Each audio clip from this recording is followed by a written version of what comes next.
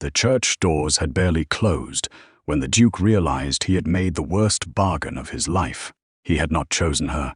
He had been forced into marrying her. A penniless girl in a faded grey dress, with trembling hands, no dowry, no influential family, and a secret she refused to explain. Everyone in the chapel had whispered that the Duke of Blackthorn had been humiliated. Some even laughed. A duke marrying a poor nobody. What could possibly make a powerful man accept such a disgrace? But none of them noticed the way the bride kept one hand pressed tightly against her stomach. None of them saw the fear in her eyes whenever someone came near her.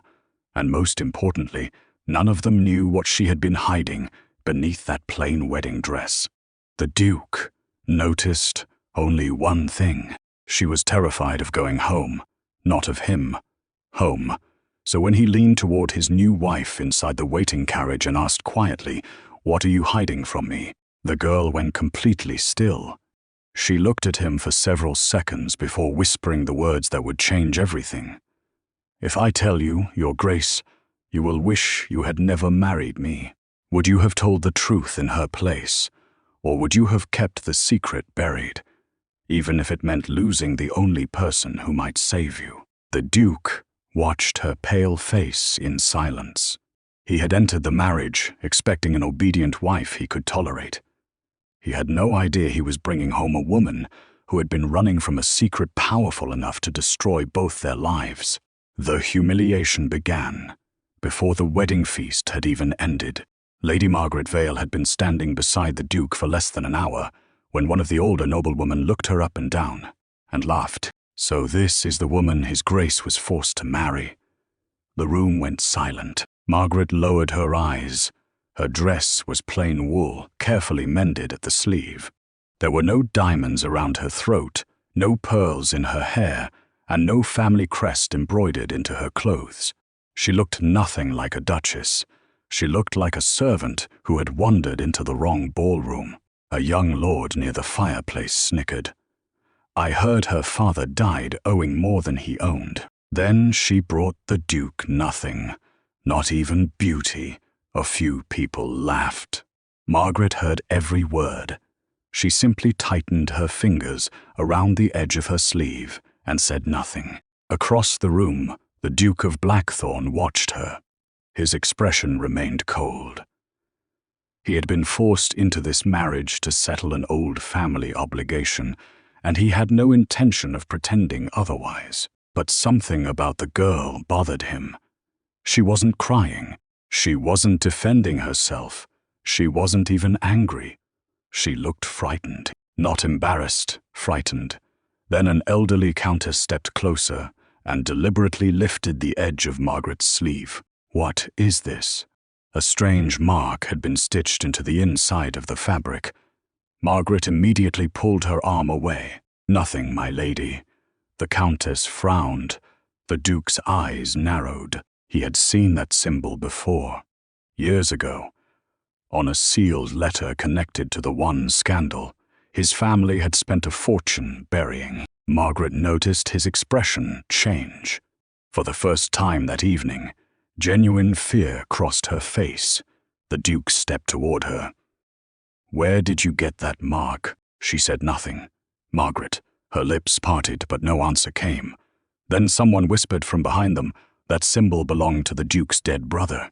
The room erupted into murmurs. Margaret went completely pale, and the Duke suddenly understood something terrifying. This poor, unwanted girl had not entered his family by accident. Someone had brought her here for a reason, but why? And what exactly had she been hiding all these years? Would you trust a woman who refused to explain a secret connected to your dead brother? Or would you send her away before discovering the truth? The Duke of Blackthorn had been feared long before he had been loved. At 32, Lord Adrian Blackthorn was the kind of man people noticed before he spoke. He was tall, broad-shouldered, and carried himself with the rigid discipline of a soldier. A thin scar disappeared beneath the collar of his black coat. Another ran along the back of his right hand. His dark hair was always kept precisely in place. His clothes immaculate, and his expression almost impossible to read. But there was one thing the ton knew about him. The Duke did not forgive easily. 3 years earlier, his elder brother had died under circumstances the family refused to discuss. Since then, Adrian had withdrawn from London society, abandoned most social gatherings, and turned Blackthorn Hall into a fortress of silence. He had money. He had land. He had a title powerful enough to make lesser men bow. What he did not have was trust, and that was precisely why he had never intended to marry a poor girl. Margaret Vale was 22 years old and possessed almost nothing that society considered valuable. Her father had died leaving behind debts. Her mother had been gone since Margaret was a child. The small house they had once called home had been sold months ago. She owned 3 dresses, 1 winter coat, a pair of worn boots, and a small silver locket she never allowed anyone to touch. Margaret was not the kind of woman who entered a room and commanded attention.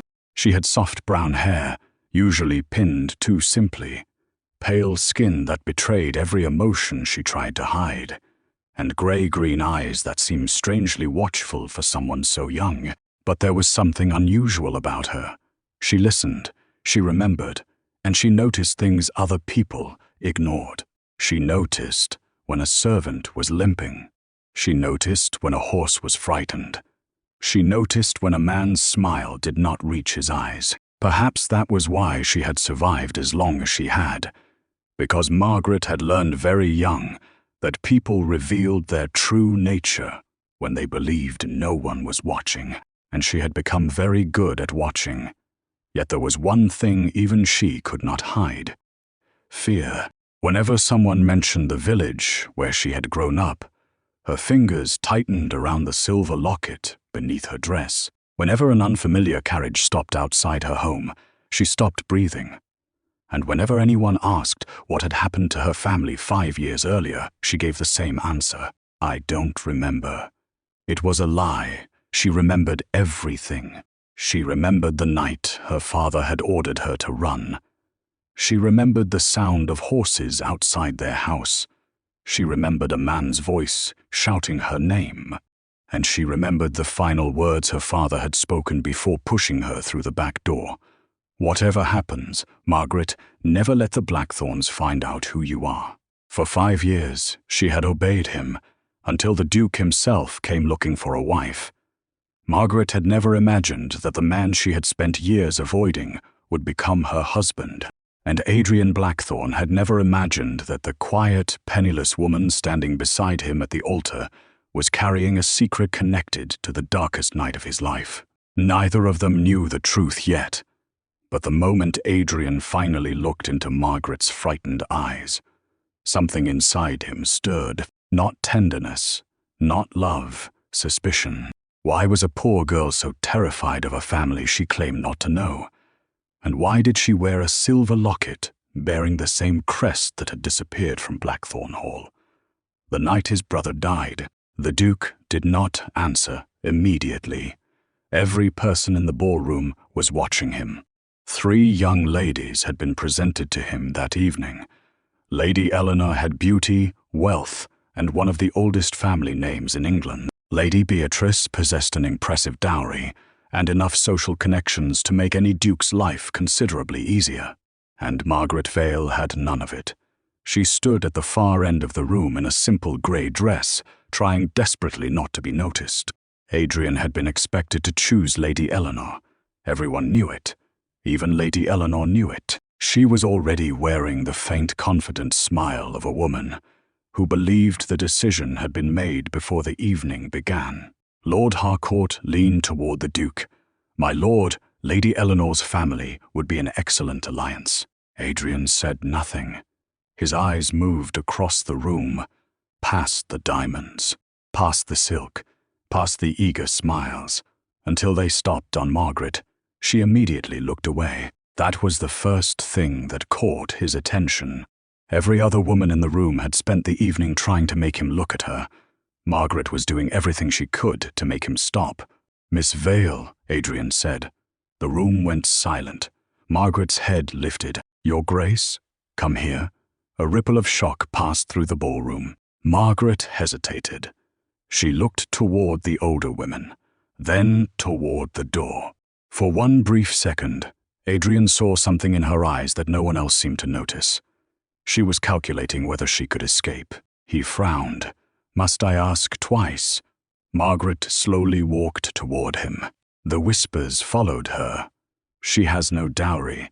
She isn't even properly dressed. Perhaps His Grace is making a joke." Margaret stopped 3 feet away. Adrian looked down at her. "You have been avoiding me all evening." "No, Your Grace." "You have." "I was trying to avoid everyone." A few people laughed. Adrian didn't. For the first time that evening, something almost resembling amusement touched his eyes. Then his gaze dropped to her hand. The silver locket was partially visible beneath the edge of her sleeve. His expression changed. Margaret noticed. Her fingers immediately closed around it. "Do not touch that," she whispered. Adrian's voice became dangerously quiet. "Why?" She swallowed. "I cannot tell you." The Duke studied her face. A woman who wanted his title would have lied beautifully. Margaret was lying terribly, and somehow that interested him more. He turned away from her. Lady Eleanor stepped forward, certain the moment had finally arrived. "Your Grace." Adrian looked at her, then at Lady Beatrice, then back at Margaret. "I have made my decision." The room held its breath. Lady Eleanor smiled. Adrian extended his hand, not toward the heiress, not toward the beautiful lady with the magnificent dowry, toward Margaret Vale. "I will marry her." The silence that followed was absolute. Margaret stared at his hand as if it were a weapon. "My lord," her uncle whispered, horrified. "She is penniless. I am aware. She has no connections, I know. She brings you nothing." Adrian's eyes hardened. "Then perhaps I have finally found something worth having." Margaret's heart began pounding. She stepped closer but did not take his hand. "Your Grace, you should reconsider." "I rarely reconsider." "You don't understand." "No?" Adrian said quietly. "I don't." His gaze settled on the silver locket hidden beneath her fingers. "But I intend to." Margaret's face went pale. The Duke leaned closer. "You will become my wife." She stared at him.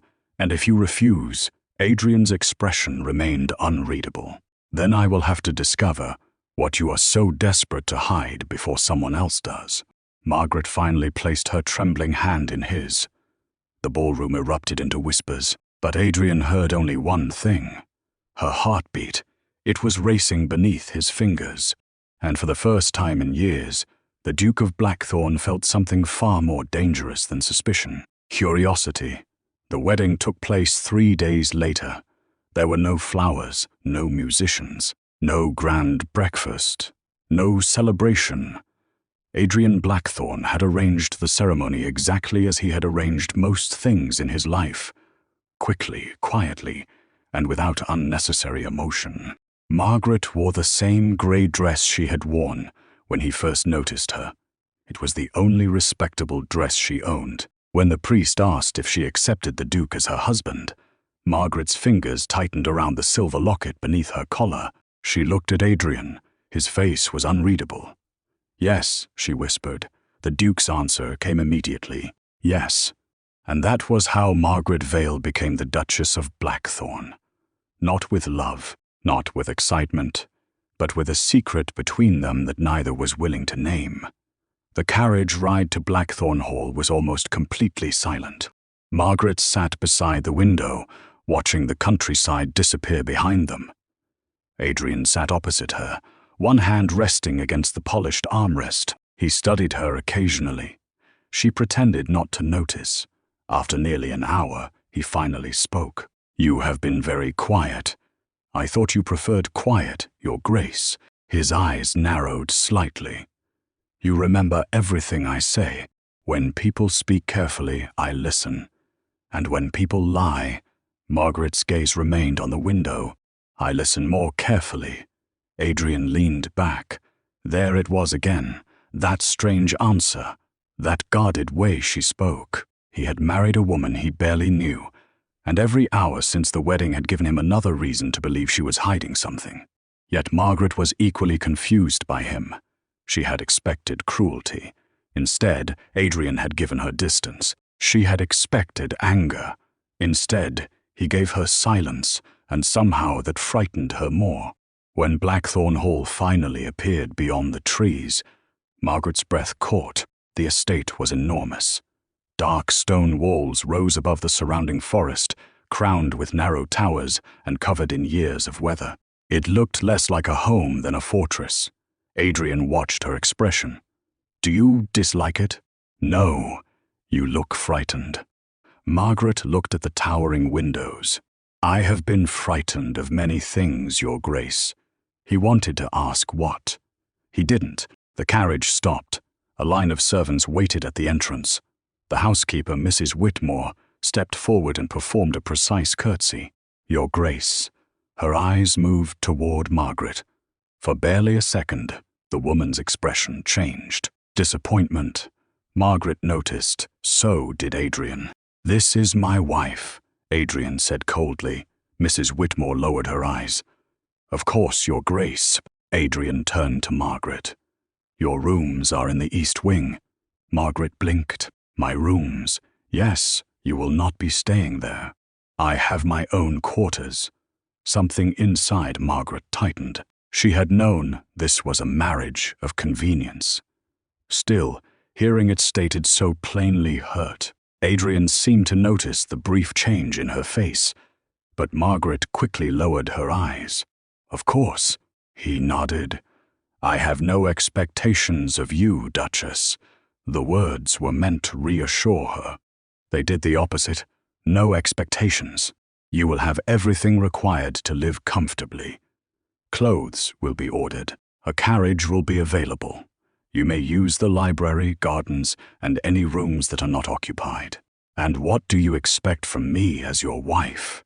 Adrian looked directly at her. Nothing. The answer came too quickly. Margaret forced a small smile. "Then I suppose we understand each other." But they didn't. Not even slightly. That evening, they ate dinner at opposite ends of a table so long that their voices seemed swallowed by the empty room. Adrian spoke about estate accounts. Margaret answered politely. He asked whether she needed anything. She said no. He asked whether the journey had been uncomfortable. She said it was fine. The conversation lasted 7 minutes. Then silence returned. Margaret looked around the enormous dining room. The walls were covered with portraits of dead Blackthorns. Men in military uniforms. Women wearing diamonds. Children who had never smiled. And above the fireplace hung a portrait of Adrian's elder brother. Margaret froze. The face on the canvas was familiar. Far too familiar. Her fingers tightened beneath the table. Adrian noticed. "What is it?" "Nothing. You know him." Margaret looked at the portrait again. No, the lie came softly, but Adrian heard it. He placed his fork down. "Margaret." She looked at him. His voice was calm, too calm. "Have we met before?" Her heart stopped. "No, Your Grace." He watched her for several seconds. Then he stood. "Good night, Duchess." He left the room. Margaret remained alone beneath the portraits. She waited until his footsteps disappeared. Then she reached beneath her dress and pulled out the silver locket. Her hands were trembling. She opened it. Inside was a tiny, faded photograph. The man in the photograph was Adrian's dead brother, and written on the back, in her father's handwriting, were 6 words.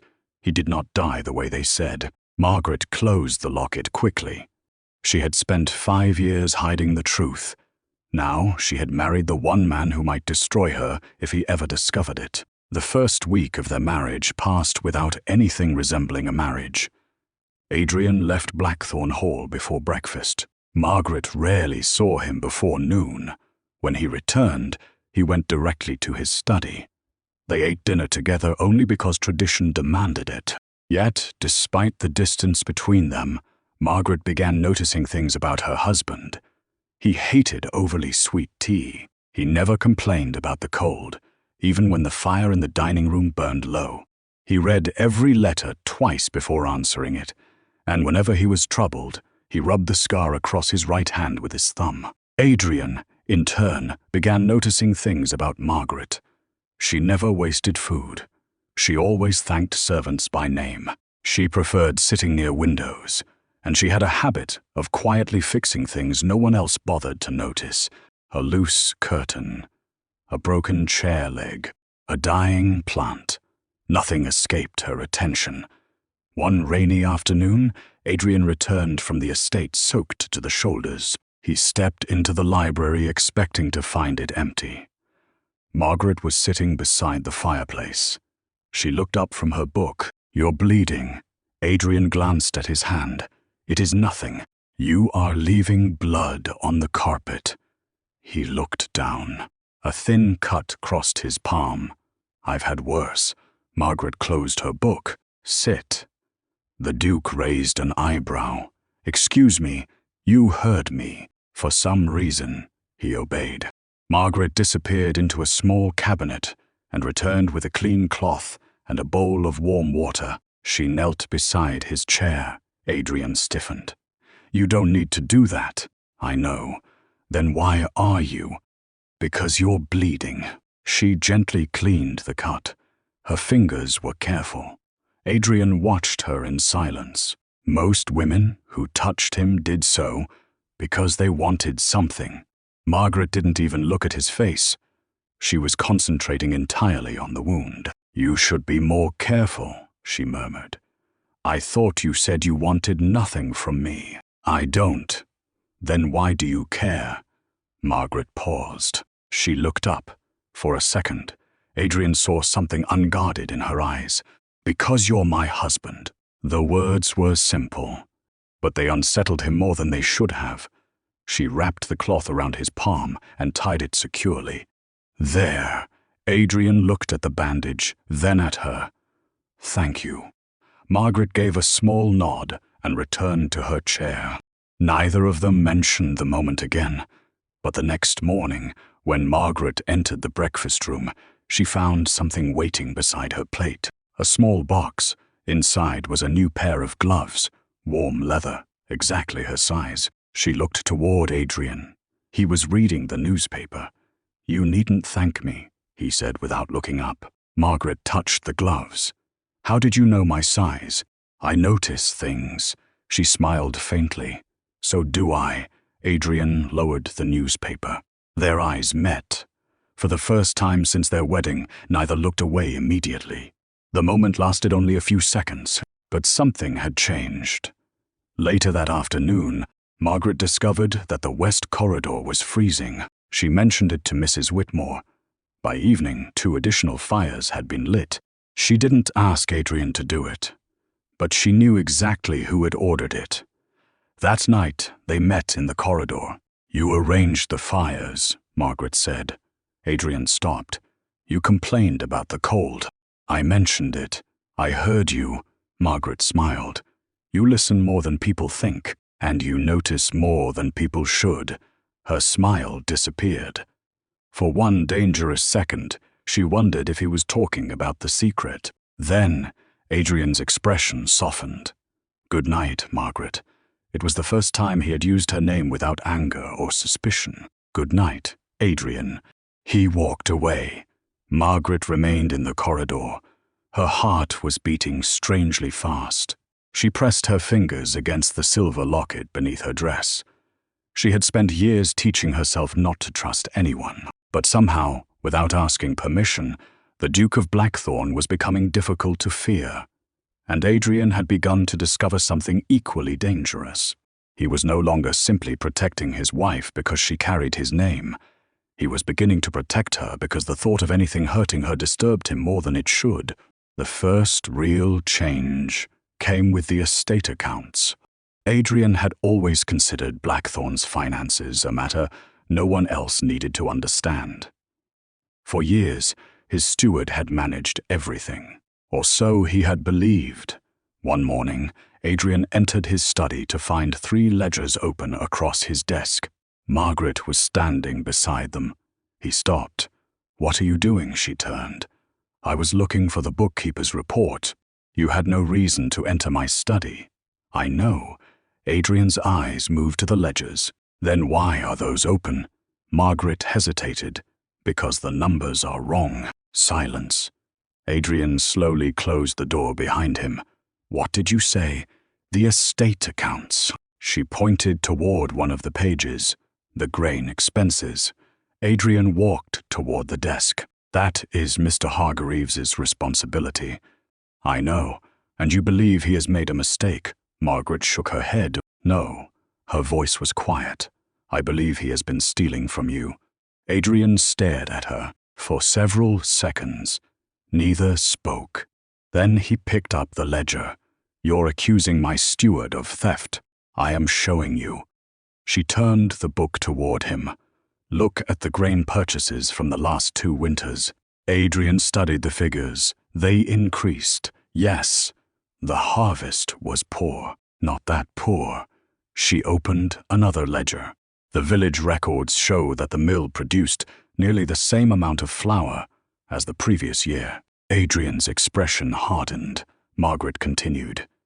"Yet your accounts claim the estate purchased nearly twice as much grain." He looked at her. "How did you notice this?" Margaret lowered her eyes.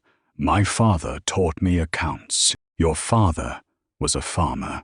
He was also a bookkeeper before he lost everything." Adrian returned his attention to the figures. Margaret reached for another document. "And there is something else."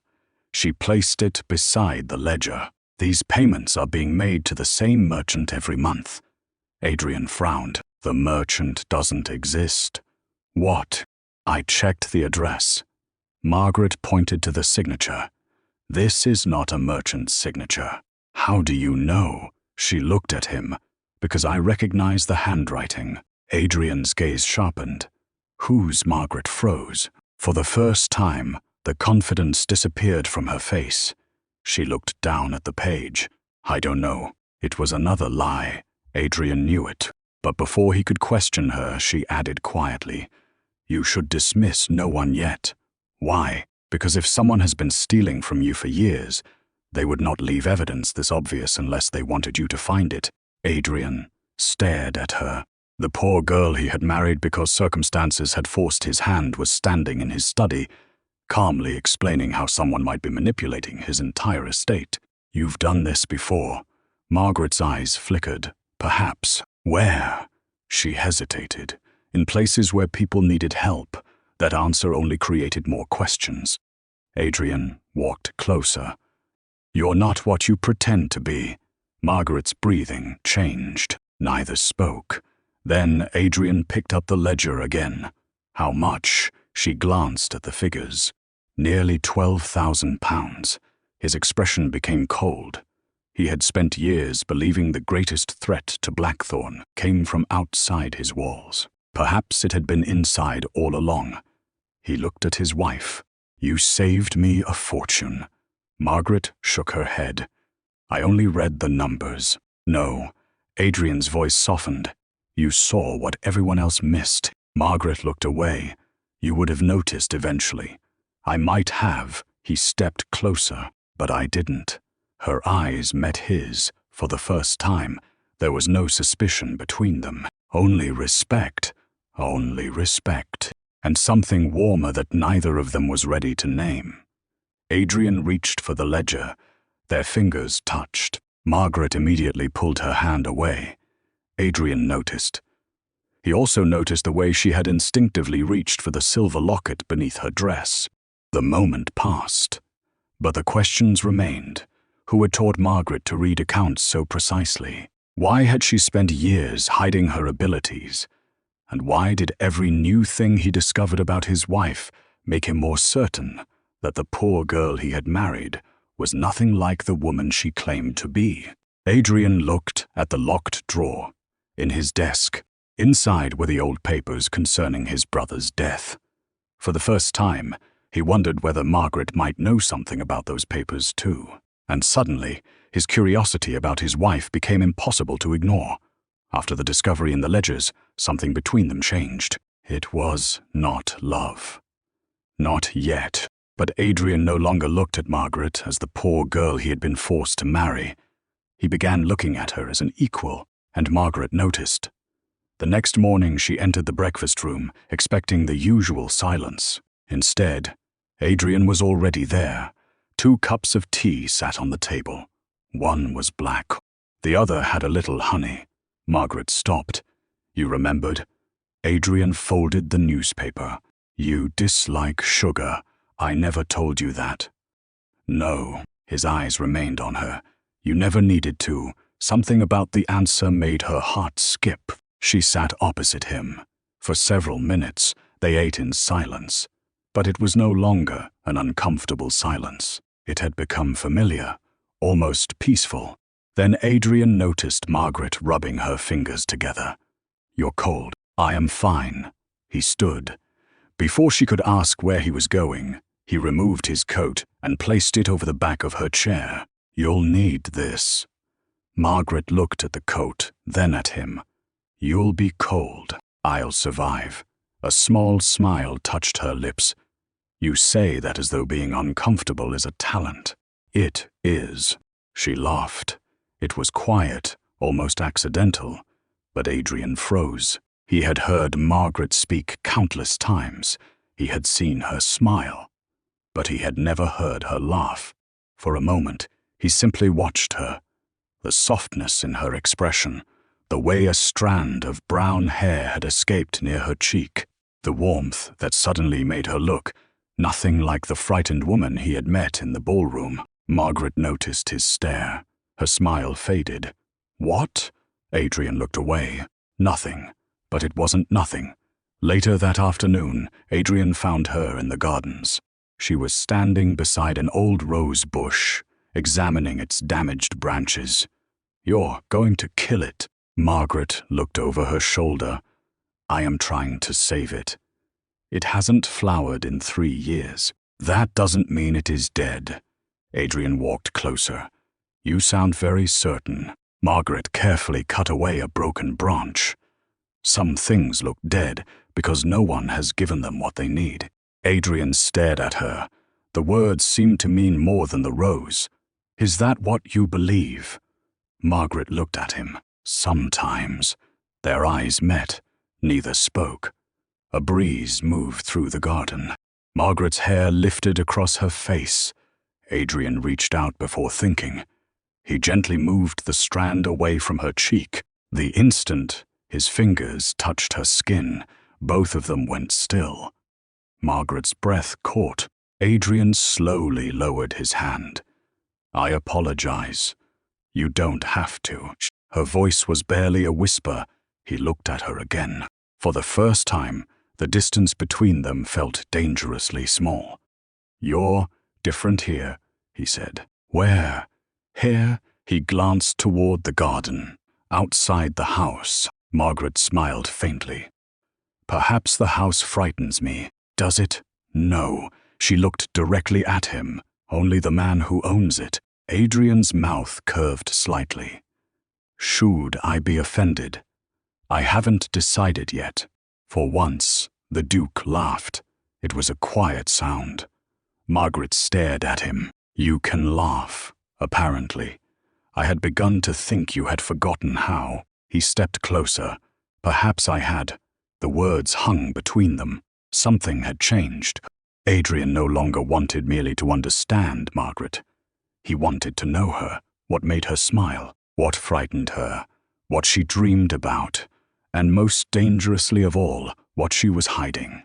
That evening, Margaret returned to her room and found herself thinking about the way Adrian had looked at her in the garden. She touched her cheek where his fingers had rested. Then she immediately pulled her hand away. "No," she whispered to herself. She could not allow herself to fall for him. Not while she still carried the secret that had brought her into his life. Across the hall, Adrian stood alone in his study. He should have been thinking about the stolen money. Instead, he was thinking about his wife's laugh. He poured himself a drink. then stopped. For the first time since his brother's death, the silence of Blackthorn Hall did not feel peaceful. It felt empty, and he knew exactly why, because somewhere upstairs was the woman who had quietly filled the silence without ever asking permission. Adrian closed his eyes. He had married Margaret because he had been forced to. He had respected her because she had earned it. But now he was beginning to fear something far more dangerous. He was becoming attracted to his own wife. The first warning came just after midnight. 3 hard knocks sounded against the study door. Adrian looked up from the papers on his desk. Enter. The door opened. His steward stood there, pale and breathless. "Your Grace." Adrian immediately noticed the blood on the man's sleeve. What happened? "The east gate." Adrian rose. "What about it?" "The guards found a man near the old chapel." Adrian's expression hardened. "Who?" "We don't know." The steward swallowed, but he was carrying this. He placed a small leather pouch on the desk. Adrian opened it. Inside was a silver seal. His blood went cold. The crest belonged to his dead brother. Impossible. He had buried that seal 5 years ago. "Where is the man?" "He's dead." Adrian stared at him. "How?" "Knife wound." A silence filled the room. Then the steward spoke again. There was a message. Adrian looked up. "Where?" Written in blood on the chapel wall. His voice dropped. "She knows what happened." Adrian's mind immediately went to Margaret. He left the study. He crossed the dark corridor quickly, barely noticing the servants who stepped aside. When he reached Margaret's door, it was open. The room was empty. His heart stopped. "Margaret?" No answer. He entered. The bed had not been slept in. The window stood open. Cold rain blew through the curtains. On the floor lay Margaret's silver locket. Adrian picked it up. His hand tightened around the chain. For the first time since the night of his brother's death, genuine fear broke through his control. Find her. Within minutes, the entire estate was awake. Servants searched the gardens. Guards checked the stables. The woods were searched with lanterns. But Margaret was nowhere. Then, Adrian noticed something in the mud beneath the open window. A footprint. Not Margaret's. A man's boot. And beside it, another object. A torn piece of black fabric. Adrian recognized the material immediately. It came from the uniform of a former Blackthorn guard. A man who had supposedly died 5 years ago. The same night, his brother had died. Adrian's face hardened. This was not an attack on his estate. It was connected to the past, and Margaret had known. Hours later, a horse returned riderless from the northern road. Tied to its saddle was a folded piece of paper. Adrian opened it. Only one sentence had been written. "If you want your wife alive, come alone to the old mill before sunrise." His men immediately surrounded him. "You cannot go alone, Your Grace." Adrian folded the paper. "I can. It may be a trap." "I know." "Then let us come with you." "No." His voice became colder. "They asked for me." One of the guards stepped forward. "Your Grace, this could be exactly what they want." Adrian looked toward the dark woods. For years, he had believed his brother's death was a closed chapter. Now his wife had disappeared. The dead had returned, and someone knew the truth, someone who was willing to kill for it. Adrian mounted his horse, but before he rode away, he looked down at the silver locket still clenched in his hand. He remembered Margaret in the garden, her quiet laugh, her frightened eyes, the way she had told him that some things only looked dead because no one had given them what they needed. He had spent weeks convincing himself that he was only protecting his wife because she carried his name. Now he finally understood the truth. He was terrified of losing her, not his Duchess, not his wife because of duty, Margaret, the woman herself.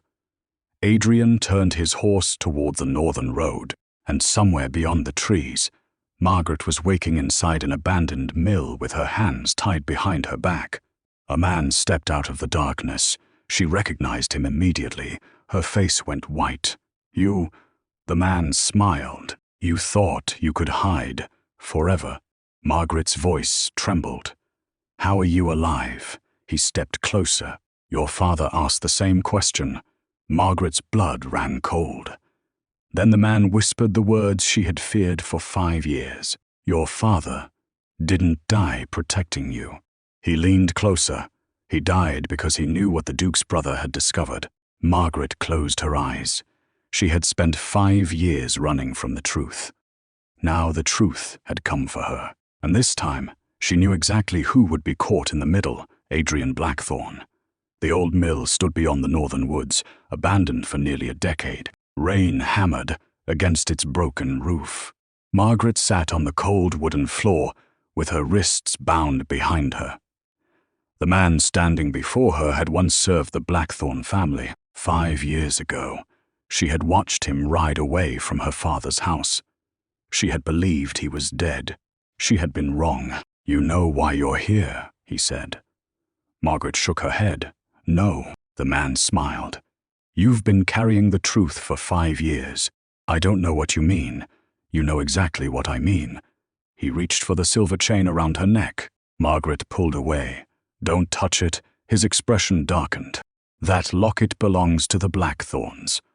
Margaret said nothing. "It was your father's mistake. My father didn't steal anything." "No." The man crouched beside her. "Then ask yourself why he spent his final night begging you to run." Margaret's eyes filled with tears. "Leave him out of this. He is dead. So is the man you are pretending to be." For the first time, the man's smile disappeared. Margaret's voice trembled, but she forced herself to continue. "If you killed Adrian's brother, why are you still afraid of what he knows?" The man grabbed her arm. "You should have stayed hidden." Margaret winced. Then suddenly, a gunshot echoed outside. The man froze. Another shot followed. Then the sound of horses, men shouting. The mill doors burst open. Adrian stood in the rain. His coat was soaked. A pistol was clenched in his hand, and his expression was colder than Margaret had ever seen it. "Take your hands off my wife." The man released her. For 1 second, no one moved. Then he reached for his weapon. Adrian fired first. The bullet struck the wall beside him. The man ran toward the rear exit. Adrian followed. Within moments, the sound of a struggle disappeared into the storm. Margaret remained on the floor, trembling. Then Adrian returned. He was breathing heavily. There was blood running down his cheek. But the moment he saw Margaret, everything else disappeared from his mind. He dropped to his knees beside her. "Are you hurt?" Margaret shook her head. "No, Margaret." I said, "I'm fine." He reached for her wrists. His hands were shaking. She noticed. The Duke of Blackthorn was shaking. "You came alone," she whispered. "I told you I would. You could have died. So could you?" His voice cracked. Margaret stared at him. Adrian looked away. For several seconds, he said nothing. Then, quietly, "When I found your room empty, I thought." He stopped.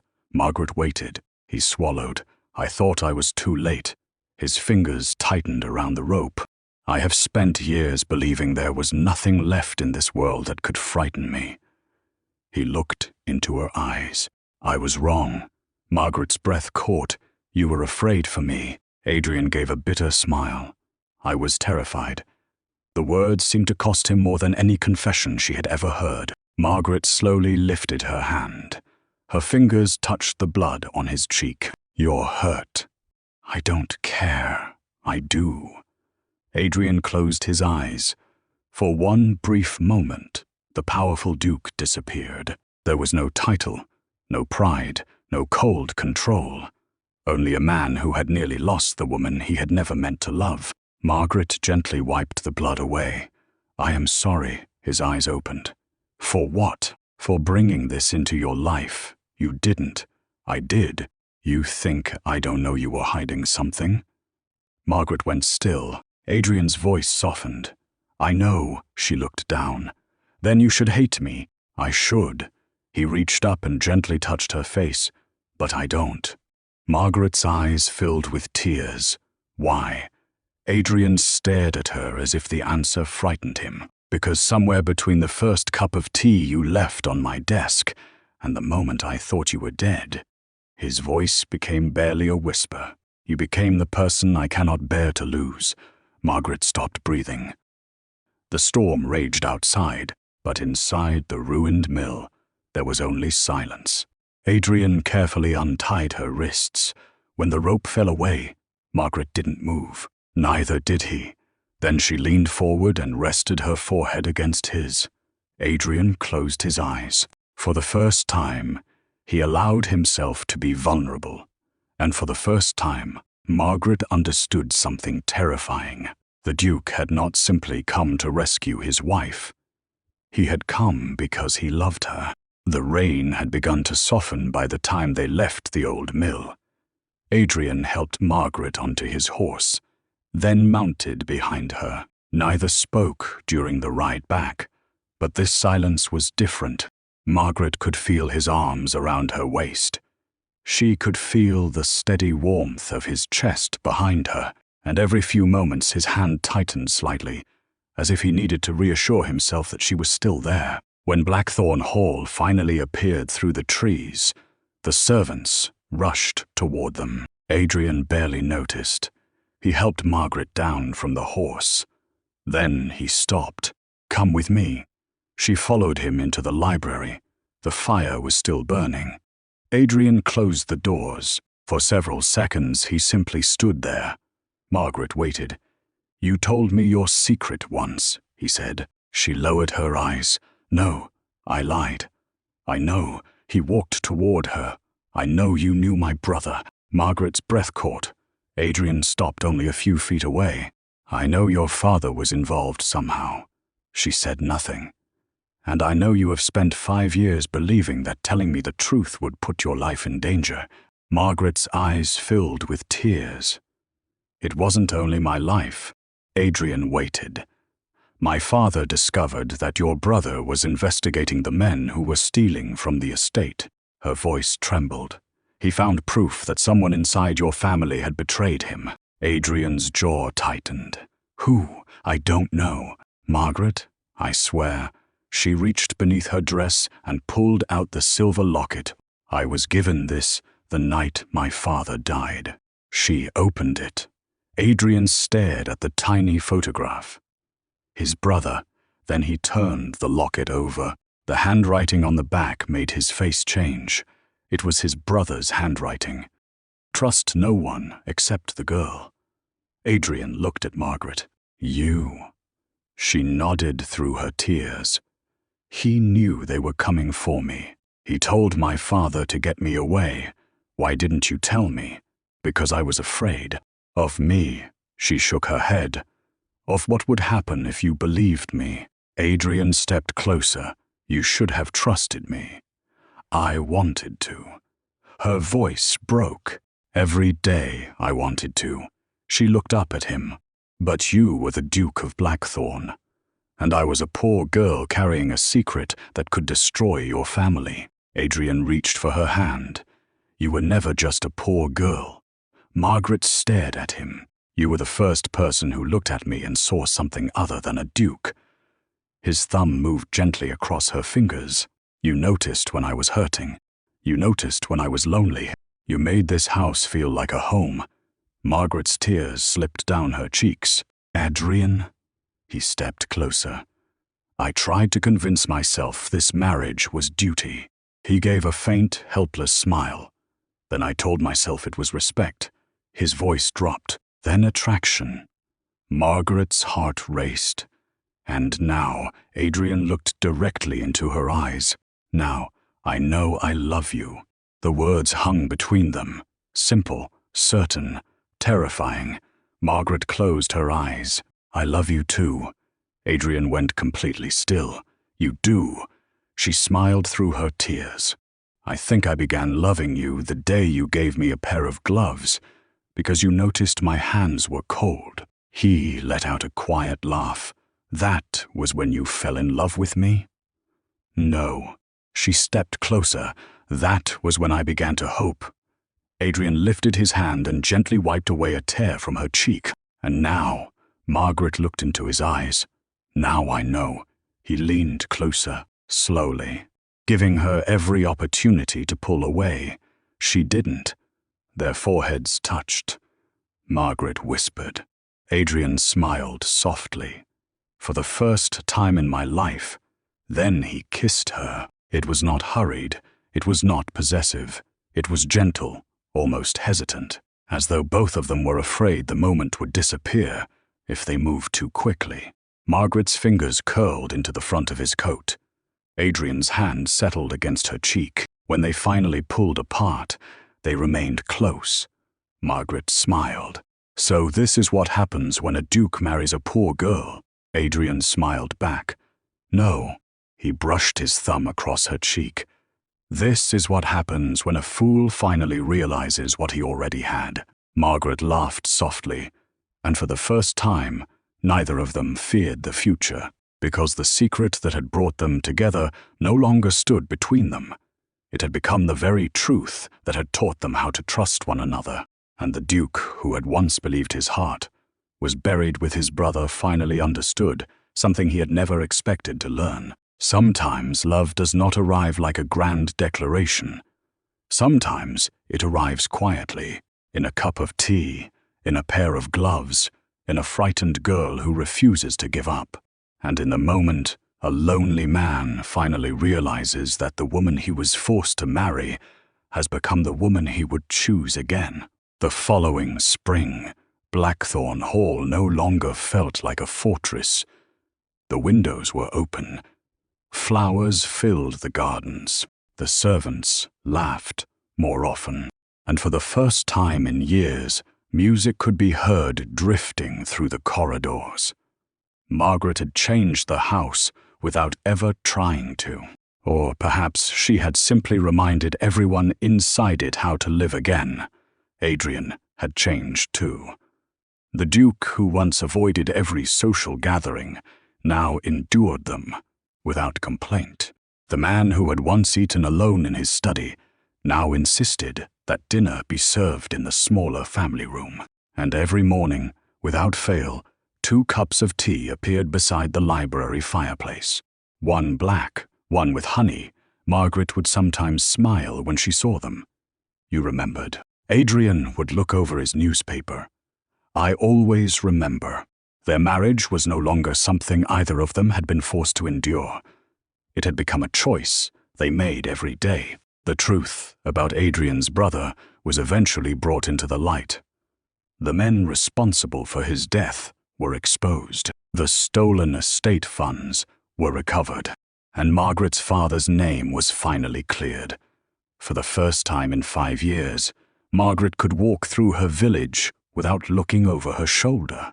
But there was one thing she still kept, the silver locket. Adrian had never asked her to throw it away. Instead, he had placed it inside a small velvet box beside her jewelry. One evening, Margaret found him looking at it. You could have destroyed it, she said. Adrian shook his head. It brought you to me. Margaret smiled. It also nearly got me killed. Yes, he looked at her seriously. I am choosing to remember the first part, she laughed. You are impossible. And yet you married me. You married me because I was forced. Margaret raised an eyebrow. And now, Adrian stepped closer. Now I would cross half the world to do it again. She smiled. You're becoming sentimental, Your Grace, only around you. He took her hand outside. The garden was beginning to bloom. The same rose bush Margaret had once refused to give up on was covered in flowers. Adrian looked toward it. You were right. About what? Some things only look dead because no one gives them what they need. Margaret rested her head against his shoulder. And what did you need? Adrian looked down at her. You. The answer was so simple that she almost cried. They stood together beneath the open window while the evening light spread across the garden. Once, Margaret had entered Blackthorn Hall believing she was a poor girl who had nothing to offer. Now she knew better. She had brought warmth to a lonely house. She had given a wounded man a reason to hope, and she had discovered that being chosen was not the greatest gift. Being loved after someone had truly seen you was. Adrian kissed her forehead. "Come, where?" "Tea." Margaret laughed. "Of course." They walked back toward the library together. 2 cups waited beside the fire. One black, one with honey, and this time, neither cup was placed at opposite ends of the room. They sat side by side, because the Duke of Blackthorn had once been forced to marry a poor girl. But if anyone had asked him now whether he would choose differently, his answer would have been immediate. Never. He would choose Margaret. Every time. And that was how the woman everyone had once considered worthless became the heart of Blackthorn Hall, and how the coldest duke in England finally found the one thing wealth, power, and titles could never give him. A home, a family, and a love that he would never let go. Years passed, but Margaret never forgot the girl she had once been. The frightened girl in the grey dress. The girl who believed she was worth nothing because everyone around her had treated her that way. Sometimes when she walked through the gardens of Blackthorn Hall, she would stop beside the old rose bush. It was still there, older now, stronger, covered in flowers. Adrian had planted another beside it. When Margaret asked why, he simply said, "Because one rose should never have to stand alone." She had laughed at him then, but she had remembered the words. On quiet evenings, they often sat together in the library. Adrian would read. Margaret would sew or write. Neither needed to speak. They had learned that love did not always need words. Sometimes it was a cup of tea placed beside a tired hand. Sometimes it was a blanket pulled over sleeping shoulders. Sometimes it was simply knowing when the other person needed silence. One winter evening, years after their wedding, Margaret found Adrian standing beside the window. Snow covered the gardens. "You're thinking again," she said. He turned. "I was remembering the first night you came here." Margaret smiled. "I was terrified." "I know. You barely spoke to me. I was trying not to frighten you. You frightened me anyway." Adrian laughed softly. "I suppose I did." Margaret walked toward him. "And now," he took her hand, "now you are the only person in this house. I cannot imagine living without." She rested her head against his chest. For a moment neither spoke. Then Margaret whispered, "Do you ever regret marrying me?" Adrian looked down at her. "Not once. Even though you were forced." He smiled. "That was the beginning." He kissed her forehead. "Choosing you was the part that mattered." Margaret closed her eyes. Outside, snow continued to fall. Inside, the fire burned warmly. And somewhere between the girl who had once believed she was unwanted and the Duke who had once believed he could live without love, they had built something neither of them had known they needed. A home. Not because of the grand halls, not because of the title, not because of the wealth, but because 2 wounded people had finally found someone who saw them clearly and stayed. Margaret looked toward the old rose bush, visible through the window. It had survived storms, cold winters, neglect. Yet every spring it bloomed again. She smiled. Perhaps love was like that. It did not promise that there would never be storms. It simply promised that someone would remain beside you when they came. Adrian tightened his arms around her, and Margaret finally understood something the frightened girl she had once been could never have imagined. She had not been rescued by the Duke. She had not been saved by his title. She had simply been seen, truly seen, and loved for exactly who she was. So, if you were Margaret, would you have trusted Adrian with your secret after everything you had endured? And if someone had once made you feel worthless, would you have believed them when another person finally told you that you were enough? Sometimes the greatest love stories do not begin with 2 people choosing each other.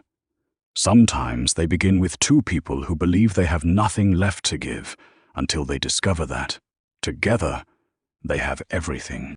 And that was the greatest secret Margaret ever carried.